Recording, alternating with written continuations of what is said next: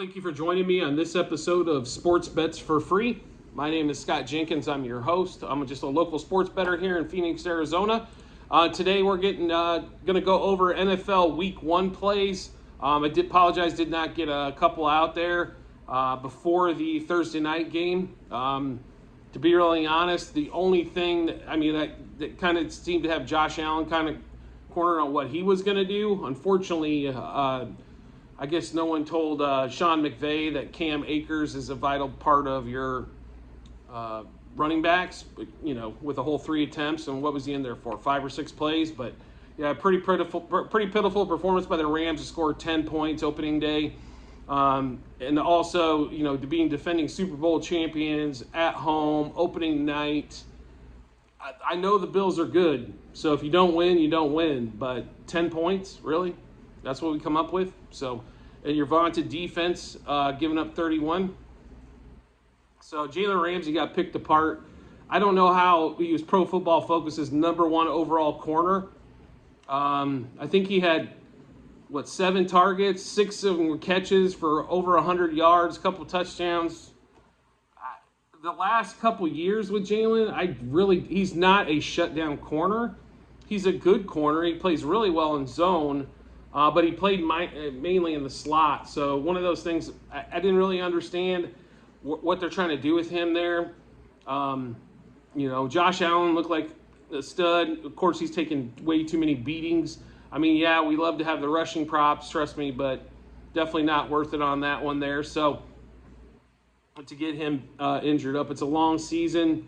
They're going to need him down the stretch. Devin Singletary, though, I will say this, looked like a totally different back from what I've seen him for the first few years. So maybe they finally figured out Ken Dorsey's offense now, so maybe they figured out how to use Singletary, but definitely looked like it could be a big piece. And James Cook wasn't used at all, so I think he might have been in there for 3 or 4 plays. But anyway, so to get on to the rest of Week 1 for the NFL, we'll go through the teams and totals first, and then we'll get to the player props, as there are a ton of player props that I like.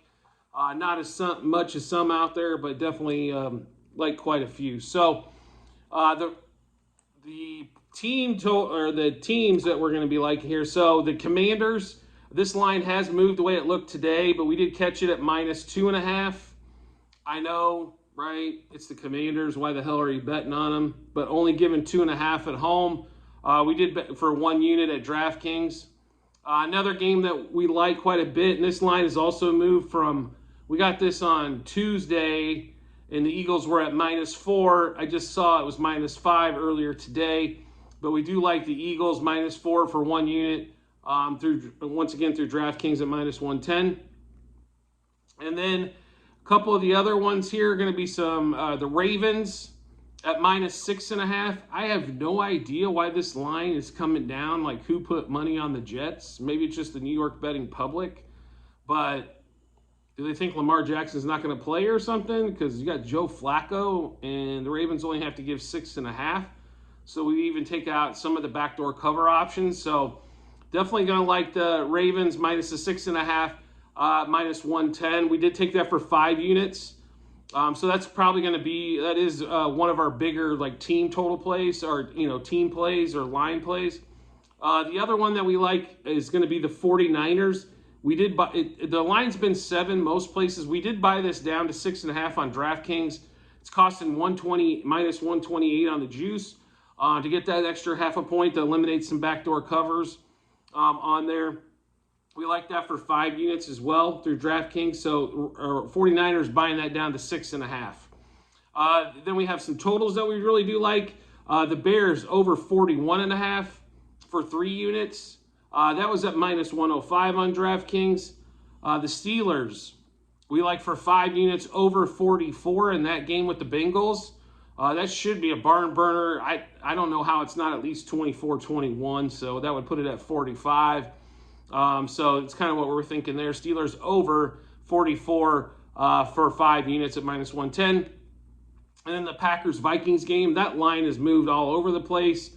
We did catch the total at 47. We do like the over there for 5 units at -110 as well. So to kind of give you a rundown of the teams and totals that we like, it's going to be Commanders -2.5, Eagles -4, Ravens -6.5, 49ers -6.5.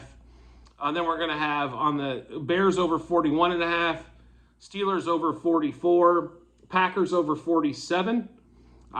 Another play that everybody and their grandmother seems to be on out there is going to be the Tampa Bay, the Bucks and the Cowboys under. A lot of people were catching that at 52.5. It's down to 50.5 as early as today. So a lot of money coming in on that. So just to kind of give you a heads up, normally when all the money comes in on one side, bet the other, right? Vegas, they don't build those buildings just on luck alone. So anyway, those are going to be the teams. Now we're going to get into the individual plays that we like on players. So we'll start with Darnell Mooney, over 57.5 receiving yards. I have seen this at 56.5 as well. We caught this at 57.5 on the over for 5-unit play at -115. Then also Deebo Samuel, over 50.5 receiving yards. I think the books are, a lot of people are considering Deebo still going to run the ball a ton. I'm sure he is, but I also expect him to get a lot more catches in big plays with Trey Lance. -115 for Deebo, over 50.5 receiving yards for 1-unit play. Michael Thomas, we expect to make a big return, over 51.5 receiving yards. That's going to be a 5-unit play at -115. Once again, that's Michael Thomas with the Saints, over 51.5 receiving yards. Then Terry McLaurin with the Commanders, kind of ties in their Commanders play of -2.5, but we like him over the 57.5 receiving yards. -115 for a 7-unit play. So definitely going to be a big play for us there on Terry McLaurin, over 57.5. Adam Thielen, we grabbed with the Vikings. We grabbed him at over 49.5 receiving yards. I think they're really going to try to take Justin Jefferson away. The Packers are, so Thielen should get a lot of targets. But over 49.5, I've seen this number go up or more juice. But Thielen was at -125 when it was 49.5. We did pick that up for a 5-unit play as well. In the Bears game, we like David Montgomery, over 52.5 rushing yards. I'll be really honest, if Montgomery doesn't have a good game, that game could be 44-0. I mean, I think Justin Fields can be a star in the league. Unfortunately, his team is not going to allow him to this year, but down the road could be there. David Montgomery's always been a solid back as well, over 52.5 rushing yards. Probably the biggest player prop we've seen, like everybody and their grandmother loving to death, was the Trey Lance rushing yards. It's been anywhere from like 32.5, 36.5. It's at 38.5 plus now. We did grab it at 36.5 at -110. We did do a 10-unit play on this. So Trey Lance over 36.5. I feel pretty comfortable at over 40 pretty easily on this one. Like, it would not shock me to say Trey Lance run for 50-plus yards in this game. So, like -110 for 10 units is where we grabbed that one. Najee Harris. This is kind of a tough one with Najee. We really like Najee, but, what are we supposed, is he going to catch the ball more? Is he going to run the ball more? I think a lot of people are downplaying Mitch Trubisky. He can move the ball a little bit, especially with a little bit better team than what he had. But he does throw the balls to the backs a lot, and they do well with him. So Najee Harris, over 59.5 rushing yards, which is pretty low rushing total for him, at -115 for 7-unit play. Another one that we like, going back to the Commanders again, we think they're going to move the ball. So Antonio Gibson, with all the injuries and stuff like that for the Commander running backs, at over 57.5 rushing yards for a 5-unit play. And then it's going to be tough, I think, for the Buccaneers to run the ball a ton, but I think they're going to get some yards, and I think Leonard Fournette's going to grab those at over 49.5 rushing yards for -115 for a 3-unit play. And then Elijah Mitchell, going back to that San Francisco Bears game, we like the over 75.5 rushing and receiving yards total at -115 for a 3-unit play. Justin Fields, over 200.5 yards passing. I mean, it's the NFL. You got to be able to throw for 200 unless you're up by 50 in the first half or something. minus 115 for a 5-unit play. Davis Mills, who I think is going to have a pretty strong year. I don't know if it's going to relate to wins for the Texans, but Davis Mills looked awesome the last 6 to 8 weeks of the season. So we see this continuing a little bit. Actually, with the rookie running back that they got, they're probably going to throw the ball quite a bit as well. So, and if they get down a bunch, they're definitely going to throw the ball all over the yard. So over 218.5 passing yards for a 2-unit play.